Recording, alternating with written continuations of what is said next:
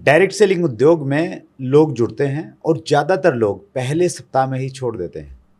अगर पहले 7 दिन आपने उनके साथ में अच्छे से काम कर लिया तो संभावनाएं हैं वो टिके रहेंगे और आपके साथ में एक बहुत बड़ा बिजनेस खड़ा कर सकते हैं। पहले 7 दिन क्या सावधानी बरतनी चाहिए वो और भी बहुत सारी चीज़ें इस एपिसोड में आपको देखने को मिलेंगी। इस एपिसोड का प्रश्न ये है कि डायरेक्ट सेलिंग उद्योग की मॉडल गाइडलाइंस कब आई थी। आपने डेट और साल लिखना है।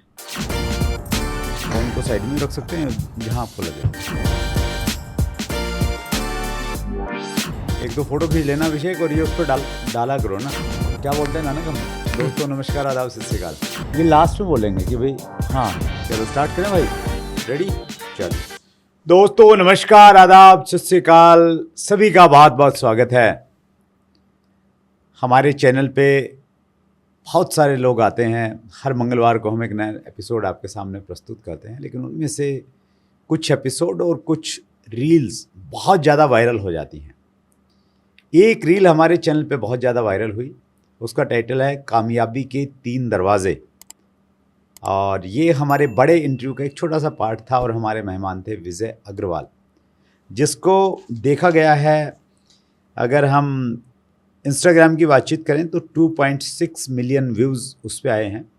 चैट विद सुरेंद्र वत्स का जो इंस्टाग्राम है, और एक हमारा chat with Surendra Vats shorts यानी CWSU शॉर्ट्स एक यूट्यूब चैनल है जिस पे हम बड़े एपिसोड की छोटी छोटी रील्स डालते हैं। तो वो अगर आप फॉलो नहीं कर रहे तो उसको भी आप फॉलो कीजिए, वहाँ पे छोटे छोटे आपको रील्स मिलेंगे। तो शॉर्ट्स वाला जो हमारा चैनल है उसमें कामयाबी के 3 दरवाजे पे 4.8 मिलियन व्यूज़ आए हैं और ये अब तक का हाईएस्ट रिकॉर्ड है। और जिन्होंने ये रिकॉर्ड बनाया है विजय अग्रवाल जी आज फिर हमारे मेहमान हैं। विजय जी बहुत बहुत स्वागत आपका। नमस्कार, थैंक यू सर। और पहले तो आपका बहुत बहुत धन्यवाद इस चीज़ के लिए कि आप बड़ौदा से आप आए, समय निकाला आपने गुजरात से। और देखिए हमारे यहाँ पे वो गेस्ट भी आए हैं जिनको कितना 27-28 साल, शायद 30 साल से भी ज़्यादा एक्सपीरियंस हो गया है डायरेक्ट सेलिंग करते हुए। बड़े बड़े नाम हैं और बड़ी बड़ी फ़ैन फॉलोइंग्स हैं उनकी। मतलब ऐसे लोग भी आए हैं जिनके 10 मिलियन से ज़्यादा सब्सक्राइबर हैं, लेकिन उनके वीडियो और रील उतने नहीं देखे गए जितने आपके देखे जाते हैं। Thank you sir, thank you so much. क्या वजह है? बस लोगों का प्रेम है सर, और जिस हिसाब से डायरेक्ट सेलिंग इंडस्ट्री ग्रो कर रही है, लोगों के अंदर विश्वास जग रहा है। लोग आज नेगेटिव दुनिया के अंधेरे को छोड़कर पॉजिटिविटी की ओर आगे आ रहे हैं। ये उन सभी लोगों का प्यार है और मैं आप सभी लोगों का धन्यवाद करता हूँ इतना प्यार देने के लिए। और थैंक यू सर, आपने इतने बड़े मंच पे डायरेक्ट सेलिंग इंडस्ट्री तो इतने सालों से चल रही है, पर इस डायरेक्ट सेलिंग इंडस्ट्री को लोगों तक पहुंचाना, जन जन तक पहुंचाना और इसका सही मायना एक आम लोगों के जीवन में जो रास्ता दिखाने का काम और सही चीज़ों को बताने का काम chat with Surendra Vats channel के द्वारा आपके द्वारा किया जा रहा है, उसके लिए मैं आपका सभी डायरेक्ट सेलर्स की तरफ से धन्यवाद करता हूँ। Thank you so much Vijay ji. हमारा मकसद यही है एक्चुअली, हम सब लोग अपनी कंपनियों में जुड़े रहते हैं और बहुत बार हम लोग इतने कुछ शब्दावली ऐसी हो गई है कि पॉजिटिव वर्ड ही आते हैं, नेगेटिव वर्ड आते नहीं हैं सामने जी। तो मतलब वो और सबको ख़राब समझते हैं। उनको लगता है कि यार हम ही सही हैं, बाकी सब कुछ बेकार है, हमारे अपलाइन को आता है, बाकी किसी को कुछ नहीं आता है। जी। तो हमारा प्रयास ये है कि हम सबको सुने। बिल्कुल। और सबको सुनने के बाद में हमें ये लगे कि नहीं यार दूसरे लोग भी अच्छा काम कर रहे हैं, उनके पास में भी नॉलेज है और उससे हमारी नॉलेज भी बढ़ेगी, थोड़ी सी विनम्रता भी आएगी कहीं ना कहीं। नहीं तो अदरवाइज़ बहुत बार हम लोगों में ईगो आ जाती है, अहंकार आ जाता है। जी। तो वो एक मकसद है हमारा और उस मकसद में हम मुझे लगता है आप जैसे लोग जब तारीफ़ करते हैं हमें लगता है कि हम लोग काफ़ी हद तक सही दिशा में हम लोग आगे बढ़ रहे हैं। बिल्कुल। तो और देखिए किसी भी काम के पीछे की मंशा जो होती है विजय जी वो तो मायने रखती है, लेकिन बिल्कुल। मंशा के साथ में लोगों का सहयोग चाहिए। जी। तो हमारी एक बड़ी उपलब्धि यही है कि आप जैसे जो कामयाब लोग हैं वो बहुत दूर से सफ़र तय करके बगैर किसी उसके लालच के हम किसी को कोई पैसा देते नहीं हैं, जी उसके बावजूद भी समय निकालते हैं, अपना खर्चा करके आते हैं, तो वो हमारे लिए भी एक अचीवमेंट है। बिल्कुल सर। So that's great. शुरुआत करते हैं आपकी। हालांकि विजय सर का जो पहला एपिसोड हमने शूट किया था, उसका लिंक भी हम नीचे डिस्क्रिप्शन में डाल रहे हैं, ऊपर आपको दिखाई भी दे रहा होगा, तो वो भी जाके आप देख सकते हैं। और अगर वो आपने मिस किया तो विजय जी की स्टोरी से शुरुआत करते हैं। विजय जी, आपकी अब तक की लाइफ जर्नी और उसमें डायरेक्ट सेलिंग कैसे आया? सर मैं लगभग एक बहुत ही मिडिल क्लास या आप कहेंगे कि पुअर मिडिल क्लास फैमिली से बिलोंग करता हूँ। मैं वडोदरा गुजरात से हूँ। मेरा नाम विजय अग्रवाल है और मेरे पापा ने करीब करीब 35 साल सब्जी की लारी लगाई है। और मतलब कहते हैं कि गरीबी जो है वो सबसे बड़ा अभिशाप है। और एक्चुअली उस आज जो इंडिया की पॉपुलेशन है, जो लोग हैं, वो बहुत सारा जो वर्ग है वो उस परिस्थिति में जी रहा है। उसमें से मैं एक था। कोई होप नहीं होना, हमारा एजुकेशन बैकग्राउंड नहीं, बिजनेस बैकग्राउंड नहीं। और जब आपके पास कोई एजुकेशन बैकग्राउंड नहीं होता, एकेडमिक एजुकेशन बैकग्राउंड नहीं होता, आपके पास बिजनेस बैकग्राउंड नहीं होता, तो आपके माथे पे एक थप्पा लगा दिया जाता है कि आप जो है अब छोटी मोटी जॉब करके या छोटा मोटा बिजनेस करके आप गुजारा कर लोगे। और धीरे धीरे ये माइंडसेट डेवलप होने लगता है कि यार अपनी ज़िंदगी में कुछ नहीं हो सकता, बस यही ज़िंदगी चलेगी। और मैं घर में बड़ा हूँ। मेरे 3 भाई बहन और हैं, मम्मी पापा, हमारा छोटा सा परिवार है। मैंने मेरी ज़िंदगी के 25 साल 10 बाय 10 के कमरे में निकाले हैं। मुझे आज भी याद है, मात्र 200 रुपये की सेकंड हैंड साइकिल खरीदने के लिए हमने हमारा घर का सिलेंडर तक बेच दिया था। ये परिस्थिति, ऐसा नहीं था कि पापा ने परवरिश में किसी प्रकार की कोई कमी रखी, पर परिस्थितियां कई बार व्यक्तिगत आपके फेवर में नहीं होती। और यही हाल मेरा था। तो सुबह 4 बजे उठ के न्यूज़पेपर डालना, वहाँ से आके निरमा कंपनी में जॉब जाना, वहाँ से आके मेडिकल स्टोर पर जॉब जाना, मतलब 12-15 घंटे तक भी काम करके मैं 4-5 हज़ार रुपया, 7 हज़ार रुपया उस समय कमा लिया करता था। और परिस्थिति धीरे धीरे बिगड़ती गई और उसमें एक सबसे बड़ा चैलेंज आया मेरी लाइफ में जब मेरे फादर का एक्सीडेंट हुआ। तो जब वो बेड रेस्ट पे आ गए, तो मैं हमेशा कहता हूँ कि आपको पेरेंट्स बनने के लिए बच्चा पैदा करने की ज़रूरत नहीं है। यदि आप अपने परिवार की जिम्मेदारी अपने कंधों पे उठा लेते हैं तो आप ऑलरेडी माँ बाप बन चुके हैं, पेरेंट्स बन चुके हैं। तो बस ईश्वर ने कुछ ऐसा ही डिसाइड किया था मेरे लिए और जिम्मेदारी आई, भाई बहनों की जिम्मेदारी आई, परिवार की जिम्मेदारी आई। तो मैं अपने परिवार के सर्वाइवल के लिए बहुत सारी चीज़ें कर रहा था। और उस समय एक व्यक्ति मेरी ज़िंदगी में आए जिनका नाम मैं बिल्कुल अचूक कभी भूलता नहीं हूँ, जिनसे मेरा अस्तित्व है, अल्पेश गज्जर सर।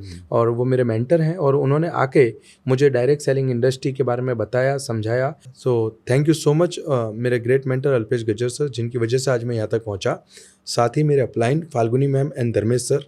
और मैं ईश्वर का धन्यवाद देता हूँ कि उन्होंने इस इंडस्ट्री को समझने की सद्बुद्धि मुझे दी, क्योंकि मैं हमेशा कहता हूँ कि समय और समझदारी नसीब वाले लोगों को मिलती है। जब समय होता है तब समझदारी नहीं होती, और जब समझदारी आती है तब समय नहीं रहता। तो ईश्वर ने मुझे चुना, समय समझदारी साथ में दी, मैंने इस इंडस्ट्री में पैर रखा और आज मुझे 11 साल इस कंपनी में पूरे हो चुके हैं। दैट्स ग्रेट, सफलता के साथ। वंडरफुल। सो व्यूअर्स, अब तक की विजय जी की जो जर्नी है, जो हमने सुनी, उससे क्या सीख सकते हैं? देखिए, परिस्थिति आज आपके पास में क्या है वो ज़्यादा इम्पोर्टेंट नहीं है। इम्पोर्टेंट ये है कि अगर आपका कुछ जीवन में बड़ा करने का इरादा है, कुछ सपने हैं, तो फिर ऊपर वाला आपको अपॉर्चुनिटी देगा, अवसर देगा। बस आपको एक खुले माइंड से उन अपॉर्चुनिटीज़ को, उन अवसरों को पहचानना पड़ेगा, पकड़ना पड़ेगा, मजबूती के साथ में पकड़ना पड़ेगा, ग्रैब करना पड़ेगा। और फिर अगर आप काम करेंगे तो फिर ज़िंदगी बदलने के लिए कई दशक की ज़रूरत नहीं है। मात्र 11 साल में विजय जी का लेवल, आपका रुतबा, आपकी फ़ैन फॉलोइंग बहुत बड़ी है विजय सर। That's great. मैं बहुत सारी चीज़ें पूछूंगा। एक बड़ी क्यूरियोसिटी है मेरे अंदर। जब भी हमारे यहाँ कोई मेहमान आते हैं तो उनसे शूटिंग के बाद में हम कुछ बातचीत करते रहते हैं। तो कई बार तो मैं लोगों से पूछता हूँ कि यार कोई और आपकी जानकारी में कोई ऐसा गेस्ट है जिसके बुलाने से लोगों को थोड़ा एक वैल्यू मिले, अच्छी विजडम जिसके पास में है। और कई बार क्या रहता है विजय जी, सामने वाले बोल देते हैं जी कि भाई यार उनको आप जरूर बुलाओ। तो ऐसे एक गेस्ट आए थे, तो उन्होंने बोला कि यार आप है ना विजय अग्रवाल को बुलाओ। तो मैंने कहा विजय अग्रवाल कौन है? तो उन्होंने आपके बारे में थोड़ा बताया। फिर हमने थोड़ा सर्च किया और उन्होंने इस कन्विक्शन से बोला था, तो फिर हमने आपको अप्रोच किया और पहली बार हमने आपको बुलाया। अब वो जो सज्जन हैं, मालूम चला मुझे कि वो किसी दूसरी कंपनी में चले गए, मतलब क्रिप्टो में चले गए। वो पहले एक अच्छी कंपनी के साथ में काम कर रहे थे, और जो हमारे यहाँ पे आ जाता है और वो कुछ भी क्रिप्टो में जाए, कुछ भी उल्टा पलटा काम करे, तो हमारे पास सूचना सबसे पहले आती है जी कि आप कैसे कैसे लोगों को अपने चैनल पे बुला लेते हैं। तो वो सूचना हमारे पास में आई, और अब नाम लेना थोड़ा ठीक नहीं रहेगा, आप समझ गए होंगे किनकी बात मैं कर रहा हूँ। जी उनका क्या हाल चाल है अभी? सर, ऐसे तो मैं किसी के व्यक्तिगत जीवन पे कभी टिप्पणी नहीं करता, पर जब आप कहते हैं कि जब आपका कोई भी निर्णय, जब आप एक पब्लिक फिगर बन जाते हैं या एक वेल नोन फेस बन जाते हैं, तो आपके द्वारा किया गया कोई भी काम समाज पे और उस इंडस्ट्री पे एक बहुत बड़ा इम्पैक्ट छोड़ता है, चाहे वो सही हो चाहे वो गलत हो। मैं भी ज़्यादा तो नहीं जानता, पर जितनी जानकारी मुझे है, मैं एक उन्होंने दूसरी किसी क्रिप्टो कंपनी में गए, और जब भी कोई व्यक्ति क्रिप्टो में जाता है तो वो मतलब एक एजेंट के रूप में जाता है कि भाई वहाँ जाके लोगों को, कंपनी को कोई नहीं जानता, राइट, उनके फेस को कोई नहीं जानता कि कौन कंपनी का क्रिप्टो का मालिक है, कौन क्या कर रहा है, कौन क्या नहीं कर रहा है। परंतु जब एक सामान्य व्यक्ति, एक लीडर जब जाता है फील्ड में क्रिप्टो को लेकर, तो वो किसी कंपनी का प्रेजेंटेशन नहीं, अपनी फेस वैल्यू और अपने परिवार की ज़िंदगी को दांव पे लगाकर वो जाता है। क्योंकि मुझे इतना पता है कि भारत की सबसे बड़ी bank reserve bank of India, अगर वो 7-8% से ज़्यादा कभी क्लेम नहीं करती, चाहे वो सीनियर सिटीज़न की एफडीज पे हो या वो हो, तो आपको कोई कैसे ये कह सकता है कि आप 10 टाइम्स, 100 टाइम और 200 टाइम पैसा निकाल सकते हैं या ले सकते हैं? तो मैं इसको सिंपली लालच कहूँगा, और लालच का परिणाम हमेशा बुरा होता है। आज मुझे जहाँ तक पता है, उन्होंने लगभग 40-50 करोड़ के आसपास, एक बात जो मुझ तक आई है, वो 40-50 करोड़ के आसपास लोगों का पैसा लगा उसमें। वो लगभग शायद आज देश में भी नहीं है, ऐसी मुझे जानकारी मिली है। और मुझे इतना समझ में आता है कि आज उन्होंने जो काम किया, नहीं, जो एक सामान्य व्यक्ति जो फील्ड में जा रहा है, वो जब किसी भी प्रकार का फॉल्स क्लेम करता है या क्लेम करता है कि भाई आपको इतना रिटर्न मिलता है, तो जो इन्वेस्टर उनके भरोसे पैसा लगा रहा है, वो कंपनी को नहीं, आखिर में उस व्यक्ति को पकड़ता है। अभी रिसेंटली गुजरात के एक छोटे सी जगह पे ऐसा ही एक किस्सा सामने आया। क्रिप्टो करेंसी के नाम पे करीब 150 करोड़ का फ्रॉड हुआ। पर हमारे गुजराती में कहावत है एक, कि लोभिया हो ત્યાં धोतारा भूखे ना मरे, मतलब जहाँ लोभ हो, लालच हो, वहाँ धोखा देने वालों की कमी नहीं है। तो यदि हमारे दरवाजे पे आके कोई ये कह रहा है कि आपको इतना पैसा मिल जाएगा, इतना रिटर्न आएगा, राइट है, तो मैं ये कहूँगा कि आपको ये चेक करना चाहिए कि क्या देश के बड़े बड़े लोग, क्या देश के जितने भी बड़े बिजनेसमैन हैं, टाइकून्स हैं, क्या उनको इस इंडस्ट्री के बारे में अभी तक कोई नॉलेज नहीं होगा, पर उनको पता है कि पैसा कमाने का एक सही प्रोसेस और एक सही तरीका क्या है। और मैं आप सभी से निवेदन करूंगा कि कृपया ऐसा ही सही तरीके से पैसा कमाएं, क्योंकि जब आपके घर में कोई 1 रुपये भी लक्ष्मी के रूप में आता है, तो यदि वो किसी की हाय या किसी की दुर्भावना से आता है, तो आपकी की गई जो वर्षों की मेहनत है उसको शून्य करने में ज़्यादा समय नहीं लेता। मैं कहता हूं कि कितना भी पैसा कमा लिया जाए, सोने और चांदी के बर्तनों में खाना नहीं खाया जा सकता, या उस सोना चांदी को नहीं खाया जा सकता। एक व्यक्ति को शांति की, सुकून की नींद चाहिए, जो इस इंडस्ट्री के माध्यम से अपने परिवार के साथ आ सकती है। बस सही प्लेटफॉर्म का चुनाव करें और सही लोगों की संगत में काम करें। That's great. जैसे ये एक स्टोरी है पर्टिकुलर एक सज्जन की, ऐसी बहुत सारी कहानियाँ मेरे पास हैं एक्चुअली जी। पीछे हमारे मेहमान थे एसपी भारिल जी, तो उन्होंने एक ऐसे ही किस्सा बताया। उनके एक बड़े अच्छे दोस्त, फैमिली रिलेशन और किसी कंपनी में उनके अप्लाइन होते थे। बाद में वो उनके साथ में एसोसिएट बने दूसरी कंपनी में। उनकी भी हालत यही है, उनके ऊपर में नोटिस आ गए हैं बहुत सारे, आउट ऑफ इंडिया हैं, और उनके परिवार को एजेंसीज़ बहुत परेशान करती हैं। वो कहाँ हैं किसी को कोई मालूम नहीं है, और क्रिप्टो के चक्कर में सब कुछ ख़त्म हो गया जी। और इसके अलावा एक और हमारे मेहमान आए थे, हमने उनका इंटरव्यू लिया, और कोई बहुत पुरानी बात नहीं, लगभग 1 साल पहले की बात है। अच्छा नाम था, अच्छा काम कर रहे हैं इंडस्ट्री में, अच्छी कंपनी के साथ में जुड़े हुए, और मालूम चला कि 2-1 महीने के बाद में वो भी इधर हो गए, और उसके बाद में फिर मालूम चला कि स्थितियाँ उनकी भी बहुत ख़राब हो गई हैं। तो व्यूवर्स क्या इससे संदेश ले सकते हैं कि देखिए लालच जो है ना, लालच एक बुरी बला है। कितनी कहानियाँ हम लोगों ने इसके बारे में सुनी हैं। और विजय जी, आपने गुजराती में जो कहावत बोली वो बहुत अच्छी बोली कि जहाँ पे लोभी लोग हैं, लालची लोग हैं, तो वहाँ धोखेबाज लोग चलते ही रहते हैं। तो बस आपको थोड़ा लालच से बचना है और मेहनत में आप यकीन रखिए, मेहनत कीजिए जितनी ज़्यादा आप करेंगे और अच्छा प्लेटफॉर्म चुने। और अच्छा प्लेटफॉर्म है तो फिर इधर उधर डोले मत, फोकस होकर काम करें। अब देखिए हमारे जो डायरेक्ट सेलिंग के रूल्स हैं, डायरेक्ट सेलिंग रूल्स 2021, वो भी साफ साफ ये कहते हैं कि आपकी company money circulation banning act का पार्ट नहीं होनी चाहिए। जब कोई भी कंपनी उन डायरेक्ट सेलिंग रूल्स को फॉलो करती है तो वो वेबसाइट के ऊपर में बहुत सारे डॉक्यूमेंट्स अपलोड करती है, वो मैंडेटरी है। और उसमें डॉक्यूमेंट ये भी है कि वो एक एफिडेविट देती है जिस पे वो लिखती है कि हम डायरेक्ट सेलिंग रूल्स 2021 का पालन कर रहे हैं और हम किसी भी मनी सर्कुलेशन वाली कंपनी में हम लोग पार्टिसिपेट नहीं है, इन्वॉल्व नहीं करते हैं। तो थोड़ा सा अवेयरनेस करने की ज़रूरत है, थोड़ा सा जागरूक रहने की ज़रूरत है।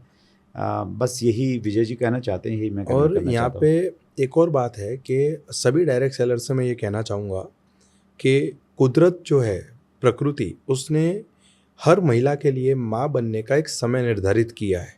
चाहे वो ऑस्ट्रेलिया की हो, चाहे भारत की हो, चाहे अफ़गानिस्तान की हो, चाहे दुनिया के किसी भी, यदि उसे माँ बनना है तो उसे प्रसव पीड़ा जो है वो सहन करनी है। साथ ही साथ उसको 9 महीने का समय लगेगा। इससे कोई फ़र्क नहीं पड़ता कि न्यूजीलैंड की महिला 5 महीने में बच्चा पैदा कर सकती है और भारत की महिला 9 महीने में। उसी प्रकार डायरेक्ट सेलिंग इंडस्ट्री में आने के बाद में जब आप इस इंडस्ट्री को समझते हैं और इसमें काम करना शुरू करते हैं, तो आप अपने मन में और अपने जहन में एक बात ज़रूर बिठा लें कि ये बिज़नेस पैसा कमाने का शॉर्टकट है। पर यकीन मानिए दोस्तों, मैं अपने अनुभव के आधार पर कहता हूँ कि इस दुनिया में पैसा कमाने के लिए डायरेक्ट सेलिंग इंडस्ट्री शॉर्टकट है, पर इसमें आने के बाद कोई शॉर्टकट नहीं है। आपको प्रसव पीड़ा भी सहन करनी होगी और आपको समय भी देना पड़ेगा, और यही एक सच्चे लीडर की निशानी है। That's great. आपने बहुत गहरी बात कही कि बहुत सारे उद्योग हैं, उन उद्योगों में डायरेक्ट सेलिंग उद्योग कंपेरेटिव आपको जल्दी कामयाब कर सकता है, जल्दी अमीर बना सकता है। बट एक बार इस उद्योग में आ गए और फिर आप शॉर्टकट करेंगे तो फिर कहीं ना कहीं गड़बड़ है जी, फिर वो चीज़ काम नहीं करेगी। That's great. और आपकी खूबी विजय जी यही है कि आप धीरे से बहुत गहरी बात कर जाते हैं और इसलिए फिर मिलियंस में लोग आपको पसंद करते हैं, उसको शेयर करते हैं। That's great. कुछ व्यूअर्स के क्वेश्चन लेता हूँ विजय जी में। और पवन कुमार जमुई बिहार से हैं। इनका प्रश्न है कि एआई को अपना बिजनेस बढ़ाने के लिए कैसे काम में लें। पवन जी, आपने बहुत ही अच्छा क्वेश्चन पूछा है। और ये एआई जो है आज सिर्फ डायरेक्ट सेलिंग की नहीं, बल्कि जितनी भी इंडस्ट्रीज़ भारत में चल रही हैं या ऑल ओवर द वर्ल्ड चल रही हैं, एआई आज सब में काम कर रहा है। जब आप पहले एक समय था जब हम अपलाइन को पूछते थे कि सर मैं इस प्रोस्पेक्ट से मिलने जा रहा हूँ तो मैं इससे कैसे बात करूँ, या मैं इस व्यक्ति के साथ काम कर रहा हूँ तो मैं कैसे काम करूँ। आज अगर आप डॉक्टर से या किसी चार्टर्ड अकाउंटेंट से, किसी एडवोकेट से मिलने जा रहे हैं और आप अगर एआई से पूछते हैं कि मेरे सामने एक एडवोकेट है, मैं उनको डायरेक्ट सेलिंग इंडस्ट्री के बारे में कैसे पिच करूँ, तो एआई आपको सटीक और एक अच्छा आंसर देगा। एआई से आप अपना फॉलोअप सिस्टम बना सकते हैं। एआई से आज हम सभी लोग जानते हैं कि लोग कंटेंट वीडियो बना रहे हैं, चाहे वो अपने प्लान का हो, चाहे अपने प्रोस्पेक्टिंग तरीके का हो, चाहे फिर वो आपको प्रोडक्ट कंटेंट्स का हो। तो एआई जो है वो इस समय की भी ज़रूरत है और ये आने वाले समय में और भी ज़्यादा बेहतर होगा। तो जब टेक्नोलॉजी किसी भी बिज़नेस को इन्हेंस करती है, पर टेक्नोलॉजी का सही उपयोग और सही दिशा में होना चाहिए। आप फॉलोअप सिस्टम से लेके नए नए आइडियाज़ पे भी वर्कआउट कर सकते हैं, राइट। नई प्रोडक्ट्स की नॉलेज है उस पे भी काम कर सकते हैं। कैसे बात करनी, कब बात करनी, किस तरीके से बात करनी, हर चीज़ में आप एआई का उपयोग कर सकते हैं। और मैं कहूँगा कि डायरेक्ट सेलिंग इंडस्ट्री को अब तक जितना ग्रोथ मिला है, मतलब 96 से लेकर और आज तक डायरेक्ट सेलिंग इंडस्ट्री ने ये पिछले 30 सालों के अंदर जितना ग्रोथ भारत में किया है, उससे 10 टाइम्स ज़्यादा एआई की मदद से आने वाले 3 सालों में ये करने जा रहा है। और मैं सभी डायरेक्ट सेलर से अनुरोध करूंगा कि एआई को अपने बिजनेस का पार्ट बनाएं, इसे सीखें, इसका सही तरीका सीखें और अपने बिजनेस को ग्रोथ करें। That's great Vijay ji. AI में देखिए बहुत सारे एप्लीकेशंस हैं। किसको हमें फॉलो करना चाहिए एक डायरेक्ट सेलर की दृष्टि से विच वन इज़ बेटर, और उससे क्या क्या इस्तेमाल कर सकते हैं हम लोग? जनरली सर अभी दो एप्लीकेशंस पे मैं थोड़ा टेक्निकल काम कर लेता हूँ जो इजी टू यूज़ है। जी। मतलब टेक्नोलॉजी तो काफ़ी बड़ी है, पर एक कॉमन मैन के लिए, एक व्यक्ति के लिए जो ज़्यादा पढ़ा लिखा नहीं है, क्योंकि एक बहुत सारा वर्ग ऐसा है जिसको शायद इंग्लिश ना आता हो या बहुत सारी जो चैलेंजेस फेस करते हैं, तो मैं एक चैट जीपीटी करके एक एप्लीकेशन है राइट। और एक गूगल जेमिनी जो है, तो अगर मुझे कई बार मेरी टीम्स को ट्रेनिंग देनी होती है तो मैं चैट जीपीटी से कहता हूँ कि भाई मुझे ये टॉपिक पे आप जो है एक अच्छी सी ट्रेनिंग बना कर दीजिए, तो वो मुझे उसकी पीपीटी तक रेडी करके, उसके पोस्टर्स तक रेडी करके दे देते हैं। तो जेमिनी हो गया जो आपको वीडियो कंटेंट बनाने में, आपके प्रोडक्ट्स को और आपके तरीके को, हो सकता है आपका प्रोस्पेक्टिंग तरीका बेहतर हो सकता है आपका फॉलोअप तरीका बेहतर हो सकता है आपका प्रेजेंटेशन तरीका बेहतर हो सकता है आपका फॉलोअप का तरीका बेहतर हो, आपका डुप्लीकेशन कराने का तरीका बेहतर हो। तो इन सारी चीज़ों को जो है आप एआई के माध्यम से और इनको कंटेंट के रूप में बनाकर डुप्लीकेशन कराने में इन सब चीज़ों का सबसे बड़ा रोल हो सकता है। That's great. हमारे यहाँ पे जो डाटा बताता है डायरेक्ट सेलिंग का, वो ये बताता है कि एक व्यक्ति ज्वाइन करने के 7 दिन के अंदर में ज़्यादातर लोग क्विट कर देते हैं, निर्णय ले लेते हैं कि यार मेरे से नहीं होगा, मैंने नहीं करना है। तो पहले 7 दिन बड़े इंपॉर्टेंट हो जाते हैं। जी। आपके अनुसार पहले 7 दिन, माना एक व्यक्ति ने 1 तारीख को हमने उसको ज्वाइन करवा दिया जी। 7 तारीख तक उसके साथ में क्या क्या काम, क्या क्या एक्टिविटीज़ करनी चाहिए? सर जब मैं इस इंडस्ट्री में आया था तो कोई भी व्यक्ति जब इस इंडस्ट्री में आता है तो सबसे पहले मोटिवेशन देख कर आता है। या तो वो किसी सेमिनार में गया होता है, या किसी अपलाइन का चेक देखा होता है, या वो किसी ना किसी चीज़ से जो है वो इन्फ्लुएंस होता है कि भाई प्रोडक्ट बहुत अच्छी हैं, ब्ला ब्ला ब्ला करके। ठीक है, मेरा ये मानना है कि जब कोई व्यक्ति आता है तो मोटिवेशन के आधार पे आता है, पर मोटिवेशन वो आपकी गाड़ी का इग्निशन है, और डिसिप्लिन जो है, सिस्टम जो है, वो आपकी आगे का जो एक्सीलेट करने का काम करती है वो सिस्टम करती है।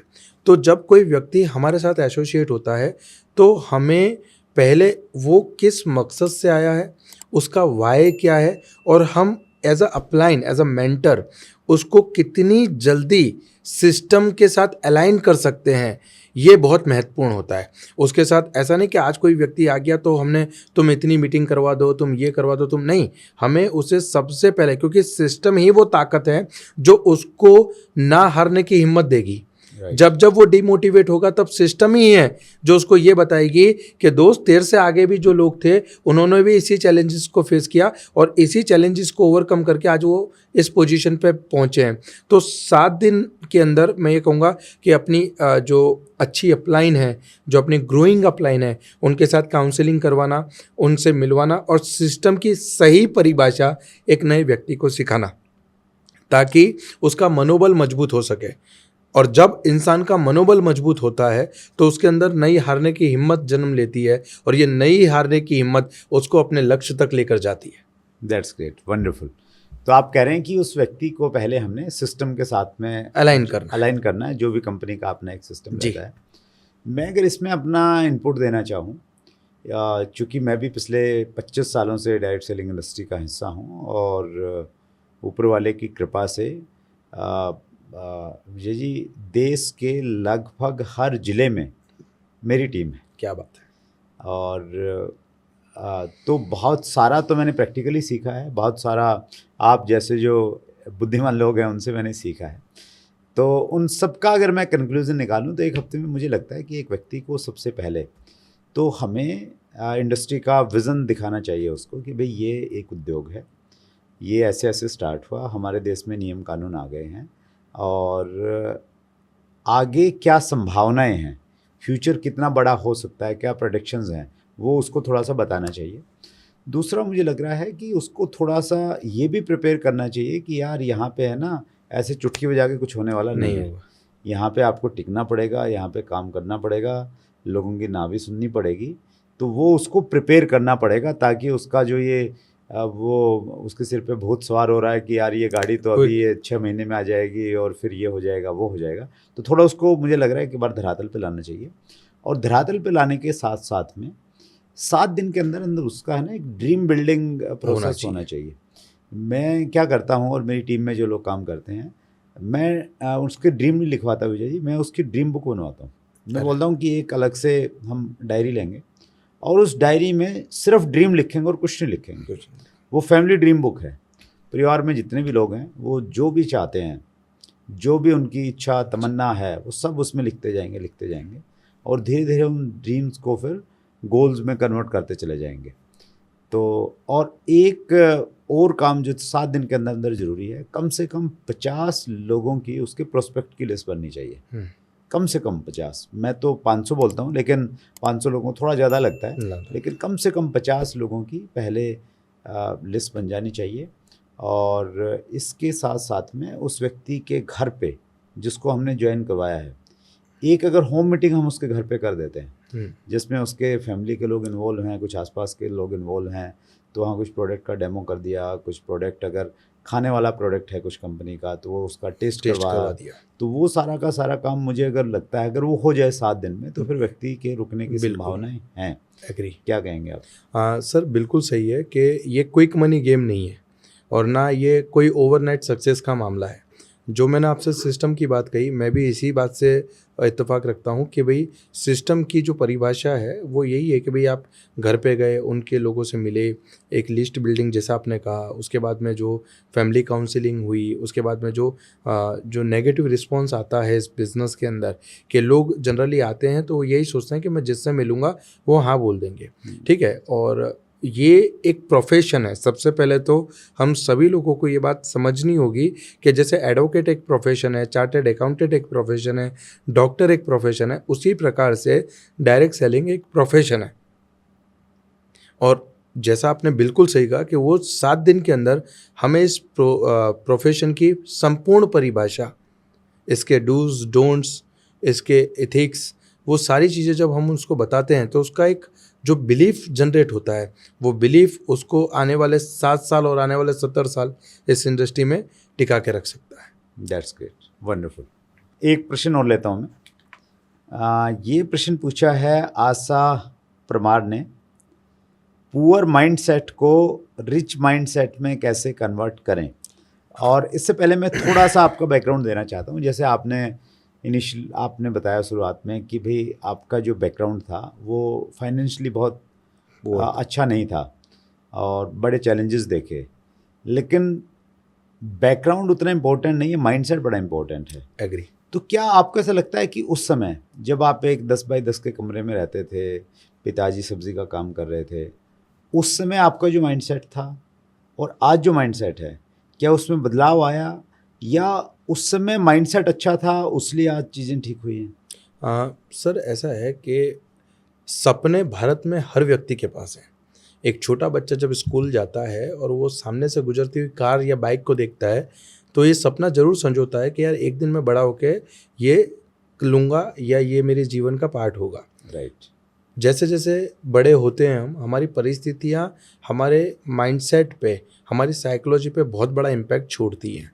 और कुछ लोग अपने सपने को अपनी वजह बना लेते हैं और कुछ लोगों के सपने जो हैं वो परिस्थितियों के आगे दम तोड़ देते हैं, ठीक है। मैं उनमें से था कि जिसके पास सपने तो थे पर उस सपनों पे धूल की ऐसी परिस्थिति ने, समय ने एक ऐसी चादर चढ़ा दी थी कि जो मतलब मैं खुद तो उसको नहीं हटा सकता था।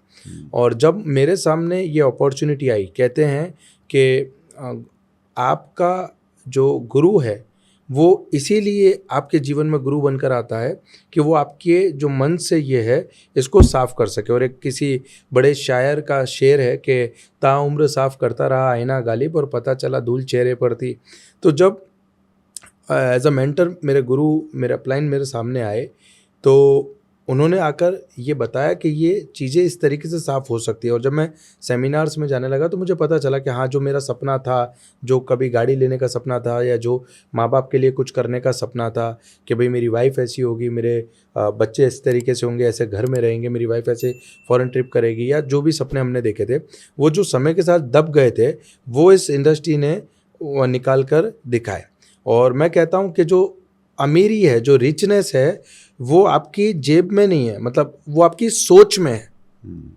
धीरूभाई अंबानी भी पेट्रोल पंप अटेंडेंट थे, पर वो जब पेट्रोल भर रहे थे तो उनके जब वो अटेंडेंट थे तो उनके दिमाग में रिफाइनरी थी, और इसीलिए एक पेट्रोल पंप अटेंडेंट एक रिफाइनरी के ओनर बन पाए, राइट। सो सपने बहुत इंपॉर्टेंट होते हैं और इसको ग्रो किया जा सकता है। डॉक्टर एपीजे अब्दुल कलाम ने हमेशा कहा है कि you cannot change your future but you will change your habits and habits will change your future. तो जो रिच माइंडसेट है ये आपकी आदतों का परिणाम है। आपकी परिस्थिति इस कभी ये मायने नहीं रखती कि आप गरीब हैं अमीर हैं, आपका बैकग्राउंड क्या है, आपके पास पैसे हैं या नहीं, आप पढ़े लिखे हैं या नहीं, पर ये ज़रूर मायने रखता है कि आप अपने जीवन में कहाँ पहुँचना चाहते हैं। तो कहीं ना कहीं उस गरीबी से, उस जो ज़िंदगी चल रही थी उससे कहीं ना कहीं ये मन में कसक थी कि यार कभी ऐसा कुछ मिले तो आगे बढ़ें। जैसे हम उसे दूसरी भाषा में प्रार्थना करते हैं कि भाई ईश्वर कुछ ऐसा दे कि मैं अपनी ज़िंदगी में कुछ अच्छा कर पाऊँ। तो हो सकता है कि अगर आपकी ज़िंदगी में डायरेक्ट सेलिंग आई है तो वो आपकी प्रार्थनाओं का ही परिणाम है, और मेरी ज़िंदगी में उसी प्रार्थना के परिणाम में आई। और वहाँ से जब मैंने अपना माइंडसेट धीरे धीरे करना, अच्छा इसमें जैसी आपकी संगत होती है वैसा आपका माइंडसेट होता है। यस। हम लोगों के आजू बाजू की जो सराउंडिंग है, अगर मेरे आजू बाजू में सारे साइकिल वाले हैं तो मैं कभी भी बाइक के बारे में नहीं सोचूंगा, मैं अपने आप को वहाँ कंफर्ट लेवल महसूस करूंगा। पर अगर मैं कार वालों के बीच में जाकर बैठूंगा तो मैं वहाँ पे अपने आप को असहज महसूस करूंगा। पर मैं आपसे पूछना चाहता हूँ कि सफलता कहाँ है, साइकिल वालों के बीच में बैठने से आएगी या कार वालों के बीच में बैठने से आएगी? तो आपको अगर पुअर माइंडसेट से रिच माइंडसेट की तरफ जाना है तो सबसे पहले आपको अपनी संगत बदलनी पड़ेगी, आपको अच्छी बुक्स पढ़ने की आदत लगानी पड़ेगी, आपको अच्छी जो है वीडियोस देखने की आदत पर लगानी पड़ेगी। और आपने ये काम काफ़ी आसान कर दिया चैट विद सुरेंद्र वर्ड्स के चैनल के माध्यम से, जहाँ पे हम अच्छी वीडियोस देख सकते हैं, इस इंडस्ट्री को और डीपली समझ सकते हैं, अपने मनोबल और अपने माइंडसेट को इतना मजबूत कर सकते हैं कि एक पुअर माइंडसेट से एक रिच माइंडसेट बनने का जो सफ़र है उसे हम बहुत आसानी से आज के समय में पूरा किया जा सकता है। और rich mindset it's not for money, it's about lifestyle, it's about आपका परिवार कैसे ज़िंदगी डिज़र्व करता है, आपका बच्चा स्ट्रगल करेगा या नहीं करेगा, आपके माँ बाप को किसी खैराती अस्पताल में जाना पड़ेगा या किसी अच्छे अस्पताल की ट्रीटमेंट मिलेगी, आपकी वाइफ कैसे ज़िंदगी को बसर करेगी, आपकी समाज में नाम और रुतबा क्या होगा,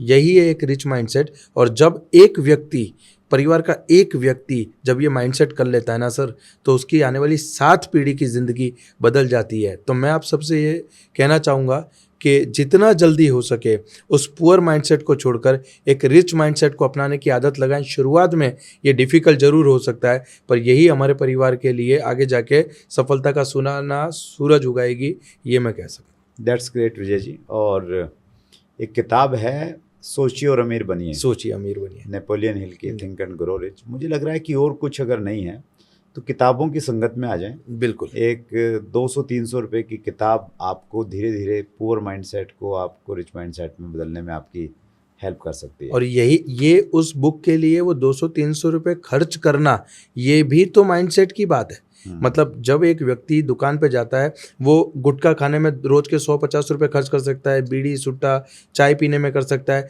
पर जब उसको अपने ऊपर डेवलपमेंट की बात आती है कि एक 200 रुपये की बुक से उसकी ज़िंदगी बदल सकती है, तो वो 200 रुपये जो पुअर माइंडसेट का आदमी है वो 200 बचा लेगा।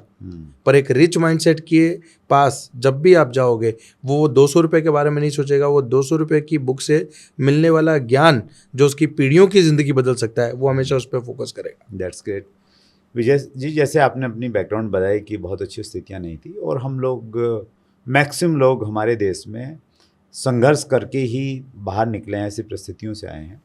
जब मैं डायरेक्ट सेलिंग बिल्ड कर रहा था अपने पहले 2 साल की अगर मैं बातचीत करूं, 2 साल के बाद तो स्थितियां थोड़ी ठीक होने लग गई थी। तो उस समय मेरे साथ में 1-2 वाक़या मुझे बहुत अच्छे से याद है। मैं कई दिन से टूर पे था, वापसी में था और किसी रेलवे स्टेशन पे हूँ। जेब में बस इतने पैसे बचे हैं कि या तो एक टाइम का खाना खाया जा सकता है या एक किताब खरीदी जा सकती है।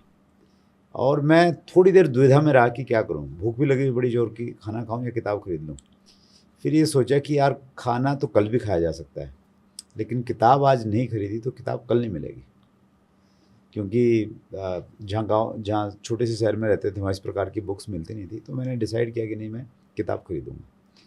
तो मुझे लग रहा है कि वहाँ से चीज़ें कहीं ना कहीं बदलना शुरू हुई। वहाँ बिल्कुल। मालूम चला कि यार आदतें ज़रूरी हैं, जिम्मेवारी बहुत ज़रूरी है, आत्म छवि बहुत ज़रूरी है, और वहाँ से चीज़ें बदलने लगी। और मैं व्यूअर्स को भी यही कहना चाह रहा हूँ, जैसे विजय जी बोल रहे हैं, कि बस आप क्या कंज्यूम कर रहे हैं, क्या पढ़ रहे हैं, किन लोगों के साथ में हैं, अपनी आदतों पे थोड़ा सा ध्यान देंगे तो फिर ऑटोमेटिकली पुअर माइंडसेट कब रिच माइंडसेट में बदलेगा, कब घर बदलेगा, कब गाड़ी बदलेगी, और कब पूरी ज़िंदगी बदल जाएगी आपको मालूम नहीं चलेगा। बिल्कुल। अंतिम प्रश्न लेता हूँ विजय जी। टीम बनती है और टूटती है, इसका स्थायी समाधान कैसे करें? खेमराज जी का प्रश्न है। खेमराज जी, मैं यही कहूँगा कि जो मौसम है उसमें हर प्रकार की ऋतु आती हैं। पतझड़ ऋतु भी आती है, गर्मी की ऋतु भी आती है, बरसात की ऋतु भी आती है, ठंड की ऋतु भी आती है। तो जब पतझड़ की ऋतु आती है तब पेड़ के पत्ते गिरते हैं, पेड़ की जड़ नहीं या पेड़ नहीं।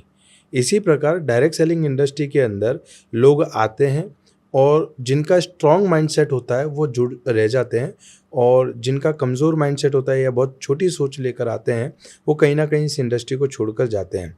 हम इसे बंद तो नहीं कर सकते, पर हाँ, हम इसे कम कर सकते हैं। एक सही लीडर जब अपनी टीम की जड़ों पे काम करता है, एक सही लीडर जब अपनी टीम के साथ में बॉन्डिंग बना के रखता है, एक सही लीडर जब उनकी सही गाइडेंस और उनकी सही मेंटरशिप करता है और उनके हर काम को बड़ी बारीकी से नज़र रखकर और उनको सफलता के मार्ग पर अग्रसर करता है, हमेशा लोग उस पर विश्वास करते हैं। इंग्लिश में कहावत है कि don't use a people to build a business, use a business for build a people. यदि हम सभी लोग किसी भी बिजनेस को बढ़ाने के लिए लोगों का इस्तेमाल करेंगे तो लोग आएंगे और लोग जाएंगे, पर यदि हम उन लोगों का ग्रोथ करने के लिए, उन लोगों को आगे ले जाने के लिए और उन लोगों के सपने पूरे करने के लिए जब इस बिज़नेस का इस्तेमाल करेंगे तो लोग हमारे साथ रुकेंगे, उन्हें उनका विश्वास, उनका बिलीफ हम पे बढ़ता चला जाएगा, और देखते ही देखते हम एक बहुत अच्छी, बहुत ग्रोथ वाली और बहुत बड़ी टीम का निर्माण कर सकते हैं। परंतु बात सिर्फ इतनी है कि हमारा सही व्यवहार ही हमारी टीम को हमारे साथ हमेशा साथ रखता है, और इंसान और लोग जो हैं वो उसी का साथ देते हैं जिसमें सच्चाई हो, जिसकी बातों में एक वजन हो, और बातों में वजन उसी के आता है जो इन सारी चीज़ों को फॉलो करके आगे बढ़ता है। दैट्स ग्रेट, अद्भुत। मेरा भी ये मानना है विजय जी कि अगर हम लोगों के साथ में अच्छा रिश्ता रखते हैं, जो लोग हमारे साथ में हैं उनको ये भरोसा आ जाए कि ये आदमी ना यार मेरा शुभचिंतक है, जी। ये मेरा कभी बुरा नहीं चाहेगा, और फिर अगर उनको पैसा कम भी आ रहा है तो थोड़े लंबे समय तक के लिए टिक जाएंगे। और बहुत बार ऐसा भी होता है कि आप है ना, आपकी इंटेंशन भी सही है, आप रिश्ते भी बढ़िया बना रहे हैं, फिर भी कुछ ना कुछ लोग तो ऐसे होंगे फिर भी वो चले ही जाएंगे। हाँ। तो फिर उसमें मुझे लग रहा है कुछ ज़्यादा परेशानी होनी भी नहीं चाहिए। आपका तरीका ठीक हो, इंटेंशन ठीक हो, रिश्ते बढ़िया बना रहे हो आप, डेल कार्नेगी साहब को फॉलो कर रहे हो, तो आती जाती रहती हैं चीज़ें, कोई ज़्यादा फर्क पड़ेगा नहीं। उसमें सर लोगों के, क्योंकि मार्केट की अनसर्टेनिटी भी होती है। मेरा ये मानना है कि लोग कंपनी से नहीं जुड़ते, लोग प्रोडक्ट से नहीं जुड़ते, लोग प्लान से नहीं जुड़ते, लोग उस व्यक्ति से जुड़ते हैं जो उनके घर गया है, उन्हें ये बता रहा है कि आप मुझ पे भरोसा कीजिए, मैं आपके साथ इन आपके जो सपने हैं उनको पूरा करने के लिए आपका हाथ थामूंगा, जिसे हम सादी भाषा में हैंड होल्डिंग कहते हैं। ठीक है, तो व्यक्ति कंपनी और प्रोडक्ट और प्लान को बाद में देखता है, वो पहले एक व्यक्ति के रूप में एक व्यक्तिगत आकलन करता है कि जो व्यक्ति आज मेरे साथ खड़ा है, क्या ये इसका इंटेंशन मुझे मेरे सपनों के प्रति आगे बढ़ाने में है। और जब वो सामने वालों को वो ये विश्वास आ जाता है, उसके अंदर ये बिलीफ जनरेट हो जाता है, तो फिर परिस्थितियाँ कुछ भी रहने दो, वो आपका साथ नहीं छोड़ेगा। दैट्स गुड, वंडरफुल, अद्भुत विजय जी। आपने कम उम्र में आपकी उपलब्धि भी है, और उपलब्धि के साथ में जो आपका विजडम है, जो नॉलेज है, वो भरपूर है, और उसी का रिफ्लेक्शन है कि इतने सारे लोग आपको फॉलो करते हैं। आपका कोई भी वीडियो, कोई भी रील एकदम बिल्कुल वायरल हो जाती है बहुत जल्दी। सो आपने समय निकाला, एक बार फिर व्यूवर्स की तरफ से बहुत बहुत आभार। अंत में कोई संदेश आप देना चाहते हैं व्यूवर्स को? मैं सिर्फ आप सबको एक ही बात कहना चाहूँगा कि ये जो इंडस्ट्री है इसका अभी किसी भी इंडस्ट्री का 4 फेज़ होते हैं। एक नेगेटिव, दूसरा पॉजिटिव, तीसरा कंपटीशन और चौथा फेज़ होता है ग्रोथ। बैंकिंग हो, इंश्योरेंस हो या कोई भी सेक्टर हो, जब भी कोई नई इंडस्ट्री आती है तो लोगों के अंदर असमंजस रहता है। लोग उसके पॉजिटिव फैक्टर, नेगेटिव फैक्टर सारी चीज़ें देखते हैं। आज से 5 साल पहले, 10 साल पहले शायद डायरेक्ट सेलिंग इंडस्ट्री को लोग इतनी बढ़िया तरीके से नहीं जानते थे, पर thanks to government law, thanks to sir कि आज लोग इस इंडस्ट्री को जानने लगे हैं और अब इसकी अवेयरनेस आना शुरू हो चुकी है। अब लोग जो हैं वो नेगेटिव फेज से निकलकर पॉजिटिव फेज में आ गए। अब लोग समझ रहे हैं कि सही कंपनी कौन सी है, गलत कंपनी कौन सी है। अब लोगों के पास परिभाषा है इस बात की। तो दोस्तों ये बहुत बड़ा बिजनेस है, ये बहुत बड़ी इंडस्ट्री है। पूरे देश के युवाओं को, आज का जो हमारा युवा है, हम पूरे देश के युवाओं को उनके सपनों के अंदर पंख लगाने का काम ये इंडस्ट्री कर सकती है। बशर्त है कि आप इस इंडस्ट्री की सही परिभाषा को समझें, इस इंडस्ट्री की ताकत को समझें और अपने जीवन को इस इंडस्ट्री के अंदर कम से कम 3 से 5 साल का समय दें, एक प्रोफेशनल डायरेक्ट सेलर बने और अपनी सफलता को पाएं। बस मैं आपसे यही कह सकता हूँ। Thank you. दैट्स ग्रेट विजय, अद्भुत। आपने शुरुआत भी जोरदार की और समापन भी जोरदार की और इसलिए फिल्म ये एपिसोड हिट रहता है। Thank you. एक बार फिर बहुत बहुत धन्यवाद। Thank you so much. So ये थे विजय अग्रवाल जी, बड़ोदरा गुजरात से। 11 साल से डायरेक्ट सेलिंग इंडस्ट्री का हिस्सा हैं, एक ही कंपनी के साथ में डटे हुए हैं और बहुत अच्छे तरीके से, अच्छी सोच के साथ में न केवल मात्र अपनी टीम और अपनी कंपनी को आगे बढ़ा रहे हैं, पितु डायरेक्ट सेलिंग उद्योग को आगे बढ़ाने में सहयोग कर रहे हैं।